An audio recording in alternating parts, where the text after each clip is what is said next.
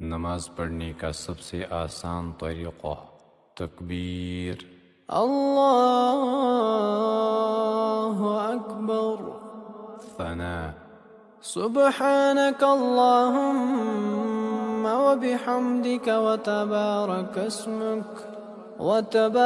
اسمك وتعالى جدك ولا إله غيرك.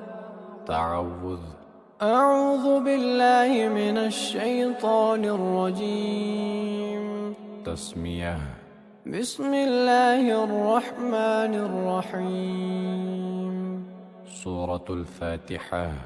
الحمد لله رب العالمين الرحمن الرحيم مالك يوم الدين إياك نعبد وإياك نستعين اهدنا الصراط المستقيم صراط الذين أنعمت عليهم غير المغضوب عليهم ولا الضالين آمين.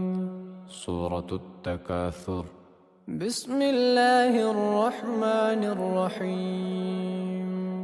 ألهاكم التكاثر حتى زرتم المقابر كلا سوف تعلمون ثم كلا سوف تعلمون كلا لو تعلمون علم اليقين لترون الجحيم ثم لترونها عين اليقين ثم لتسألن يومئذ عن النعيم. تکبیر، اللہ اکبر. رکوع میں کم از کم 3 مرتبہ پڑھنے کا اہتمام کریں. سبحان ربی العظیم، سبحان ربی العظیم، سبحان ربی العظیم. تسمیع، سمع اللہ لمن حمده. تحمید، ربنا ولك الحمد. تکبیر، اللہ اکبر. ہر ایک سجدے میں کم از کم 3 مرتبہ پڑھنے کا اہتمام کریں. سبحان ربی الاعلی، سبحان ربی الاعلی، سبحان ربی الاعلی. تکبیر، اللہ اکبر. تکبیر، اللہ اکبر.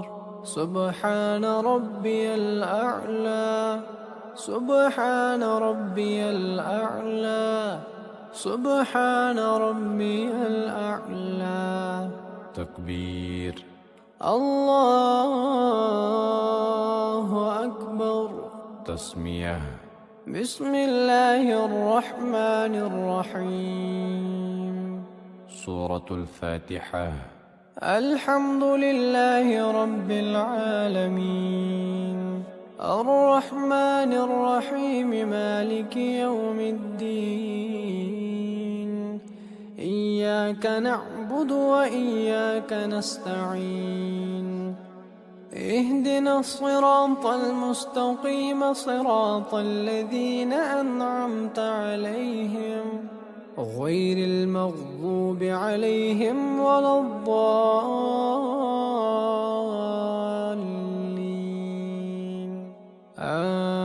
آمين. سورة الإخلاص. بسم الله الرحمن الرحيم. قل هو الله أحد الله الصمد لم يلد ولم يولد ولم يكن له كفوا أحد. تکبیر، اللہ اکبر. رکوع میں کم از کم 3 مرتبہ پڑھنے کا اہتمام کریں. سبحان ربی العظیم، سبحان ربی العظیم، سبحان ربی العظیم. تسميع سمع الله لمن حمده تحميد ربنا ولك الحمد تکبیر الله أكبر ہر ایک سجدے میں کم از کم 3 مرتبہ پڑھنے کا اہتمام کریں. سبحان ربي الأعلى سبحان ربي الأعلى سبحان ربي الأعلى تکبیر الله أكبر تکبیر الله أكبر سبحان ربي الأعلى سبحان ربي الأعلى سبحان ربي الأعلى تکبیر الله أكبر تشہد التحيات لله والصلوات والطيبات السلام عليك أيها النبي ورحمة الله وبركاته السلام علينا وعلى عباد الله الصالحين أشهد أن لا إله إلا الله وأشهد أن محمدا عبده ورسوله درود ابراہیم. اللهم صل على محمد وعلى آل محمد كما صليت على إبراهيم وعلى آل إبراهيم إنك حميد مجيد. اللهم بارك على محمد وعلى آل محمد كما باركت على إبراهيم وعلى آل إبراهيم إنك حميد مجيد. دعا. اللهم إني ظلمت نفسي ظلما كثيرا ولا يغفر الذنوب إلا أنت فاغفر لي مغفرة من عندك وارحمني إنك أنت الغفور الرحيم. سلام. السلام عليكم ورحمة الله. السلام عليكم ورحمة الله. تکبیر الله أكبر. ثناء. سبحانك اللهم وبحمدك وتبارك اسمك وتعالى جدك ولا إله غيرك. تعوذ. أعوذ بالله من الشيطان الرجيم. تسمیہ. بسم الله الرحمن الرحيم. سورة الفاتحة. الحمد لله رب العالمين الرحمن الرحيم مالك يوم الدين إياك نعبد وإياك نستعين اهدنا الصراط المستقيم صراط الذين أنعمت عليهم غير المغضوب عليهم ولا الضالين